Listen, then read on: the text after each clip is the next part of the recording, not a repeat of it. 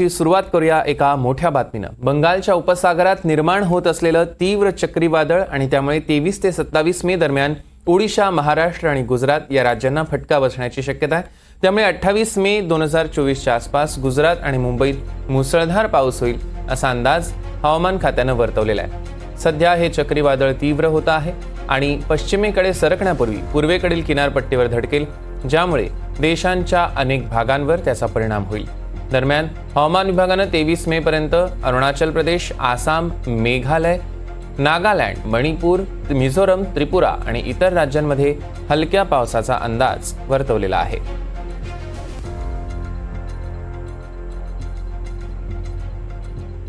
मुंबईत 28 मे रोजी पावसाची शक्यता आहे। आपण बघतोय बंगालच्या उपसागरात वादळाची चिन्ह आहेत आणि त्यामुळे मुंबईत 28 मे रोजी पाऊस पडेल। सोबतच मुंबईसह महाराष्ट्राच्या इतर भागातही परिणाम होणार आहे। ओडिशा, महाराष्ट्र आणि गुजरातला या वादळाचा फटका बसण्याची शक्यता।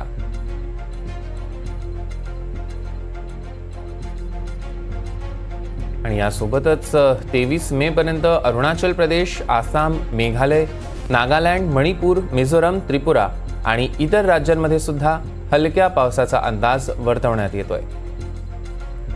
आपण बघतोय की अनेक देशाच्या भागांवर या वादळाचा परिणाम होणार आहे।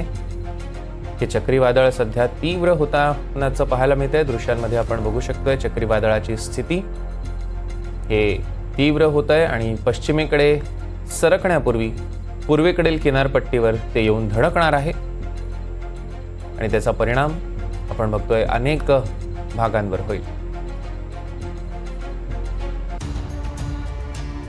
आपण ग्राफिक्सच्या माध्यमातून बघतोय 23 मे पर्यंत बंगालच्या उपसागरात चक्रीवादळाची चिन्ह आहेत।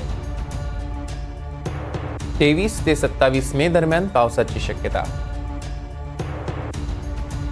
ओडिशा, महाराष्ट्र आणि गुजरातला फटका बसण्याची शक्यता वर्तवण्यात येते। तर 28 मे रोजी गुजरात आणि मुंबईत मुसळधार पावसाचा अंदाज। बंगालच्या उपसागरातली चक्रीवादळाची दृश्य एकीकडे आपण बघतोय ग्राफिक्सच्या माध्यमातून।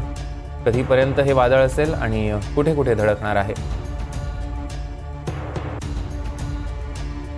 23 ते 27 मे दरम्यान पावसाची शक्यता वर्तवण्यात येते।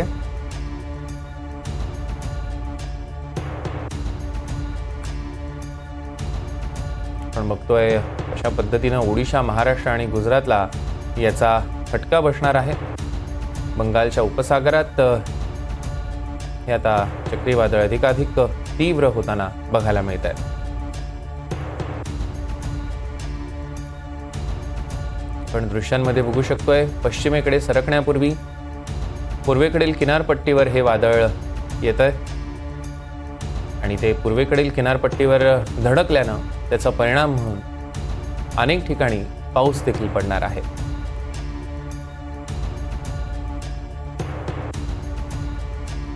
त्यामुळे सगळ्याच नागरिकांनी सतर्क राहावं। मुंबईत सुद्धा विशेषतः 28 मे रोजी मुसळधार पावसाची शक्यता।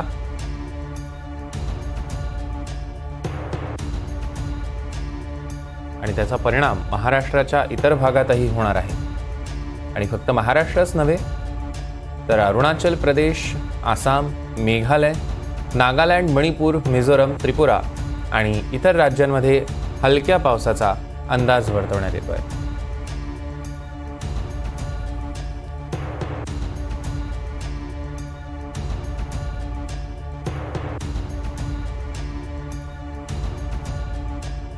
या संदर्भातले आपण अधिकचे अपडेट्स घेणार आहोत। देवेंद्र कोल्हटकर आपले प्रतिनिधी आपल्यासोबत जोडले गेलेत त्यांच्याकडून।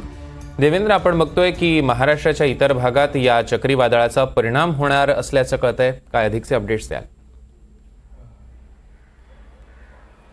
सौरभ, जी माहिती समोर येते त्यानुसार 23 मे रोजी बंगालमध्ये चक्रीवादळ जे आहे ते निर्माण होण्याची शक्यता आहे आणि या चक्रीवादळाचा परिणाम जो आहे तो गुजरात असेल किंवा महाराष्ट्र असेल यामध्ये होणार आहे। आपण बघतोय की गेल्या काही दिवसापासून महाराष्ट्रात अवकाळी पाऊस सुरू आहे। एकीकडे अवकाळी पाऊस सुरू असताना याचा फटका बसत असतानाच अशा पद्धतीची माहिती जी आहे ती आता समोर येते। या अवकाळी पावसामुळे सोसाट्याचा वारा आणि पाऊस अशा पद्धतीचा परिणाम जो आहे तो महाराष्ट्र आणि गुजरातमध्ये दिसू शकतो। त्यामुळे आता हवामान खात्याकडून चक्रीवादळावरून ही सगळी माहिती जी आहे ती समोर आलेली आहे आणि यामध्ये नेमकं आता मे अखेरीस कशा पद्धतीचे परिणाम जे आहेत ते महाराष्ट्रामध्ये पाहायला मिळतील हे पाहावं लागेल. निश्चितच या मे अखेरीस कसे परिणाम मिळतात हे बघावं लागणार आहे. पण सोबतच नेमका कोणकोणत्या भागांना याचा फटका बसणार आहे या संदर्भातली अधिकची माहिती देऊ शकाल? जी माहिती आता आपल्याला उपलब्ध झाली आहे त्यानुसार या सगळ्या चक्रीवादळाचा तडाखा जो आहे तो ओडिशा असेल, गुजरात असेल आणि महाराष्ट्र या 3 राज्यांना बसण्याची शक्यता आहे. महाराष्ट्रात जसं मी म्हटलं की गेल्या काही दिवसापासून अवकाळी पाऊस सुरू आहे आणि त्यातच अशा पद्धतीचा जो इशारा जो आहे तो आलेला समोर दिसतोय. त्यामुळे स्वाभाविक आहे महाराष्ट्रातील जे काही भाग आहेत त्यामध्ये देखील या सगळ्या चक्रीवादळाचा परिणाम जो आहे तो जाणू शकतो. निश्चितच या संदर्भातले अधिकचे अपडेट्स आम्ही तुमच्याकडून घेणार आहोत. तुर्तास धन्यवाद.